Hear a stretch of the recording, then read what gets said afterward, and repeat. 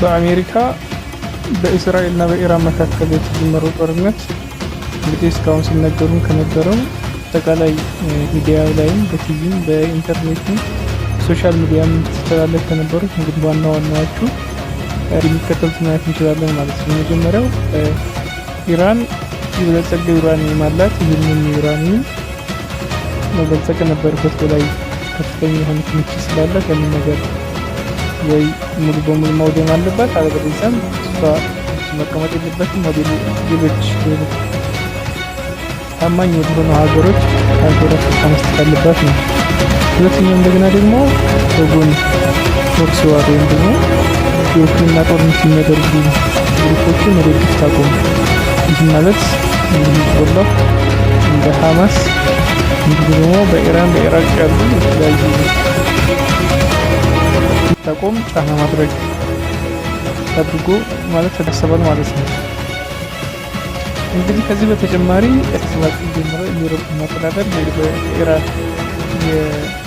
የነበረው አገዛዝ ከወደቀ በኋላ ኢራን አዲስ ወርዶች ከመጣ በኋላ ኢራን እንደ ያልተጻፈ ህግ መንግስት ያዘችው አሜሪካና እስራኤልን ጠላት አድርጋ ፈረጃለች ማለት ነው። አለዛም ነው ሁለቱ ነው ወደቀት መስጠው እስካሁን ድረስ ከፍተኛ የሆነ ድርጊት እያስከተሉ ያሉት። እዚህ በተጨማሪ ግን በስተጀርባ ምን እየተካሄደ ነው የሚለውን እስካሁን ያታየ ይመስለኛል። የመጀመሪያው እንግዲህ አሜሪካም እስራኤልም እጅግ በጣም ከፍተኛ የሆነ ሳይበር ሴኩሪቲ ያላቸው ተብሎ ይታመናል። ኢራንም እንደዚሁ በዚህ በሳይበር ሴኩሪቲ ላይ በጣም የበላይነት ያላት ሀገር መሆኑ ይታወቃል። ስለዚህ ጦርነቱ በሚሳኤል አየር ድብደባ ብቻ ሳይሆን ሳይበር ሴኩሪቲ ላይ እጅግ በጣም የሆነ ፊልም እየተካሄደ ያለ ነው። ስለዚህ ይህ ሳይበር ሴኩሪቲ ደግሞ የተለያዩ ነገሮችን ለማውደም ያገለግላል። የመጀመሪያው መሰረተ ልማት አገልግሎት የሚውሉ ሰርቨሮችን መጥለፍ፣ አገልግሎት እንዳይሰጡ ማድረግ። ይህም ደግሞ በቫይረስ አማካኝነት የኮምፒውተር ቫይረስ በመጠቀም ያንን ነገር በማውደም ከጥቅም ውጭ የማድረግ ስራ ይሰራል ማለት ነው። ጦርነቱ በዚህ እየተካሄደ ነው። ሁለተኛው ማስወንጨፊያዋ፣ የሚሳኤል ማምረቻ፣ የብረታ ብረት ማምረቻ ከፍተኛ የሆነ መሰረተ ልማቷ እየወደመበት ይገኛል ማለት ነው።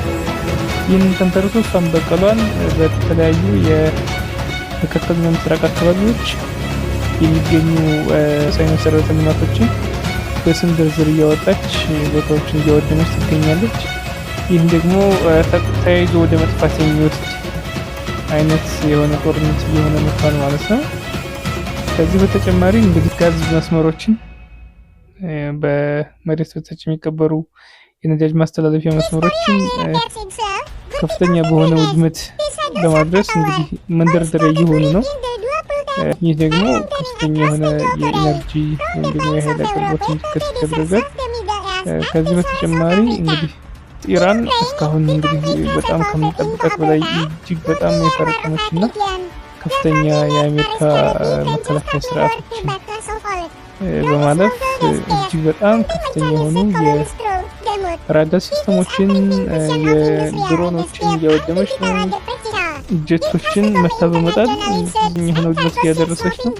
ይህም ደግሞ ኢራን ከፍተኛ የሆነ አቅም እንዳላት እና ወደፊትም ከዚህ በተጨማሪ እጅግ በጣም ምስጢራዊ የሆኑ መሳሪያዎች ይኖራታል የሚሉ ስጋቶች እንዲፈጠር አድርጓል ማለት ነው።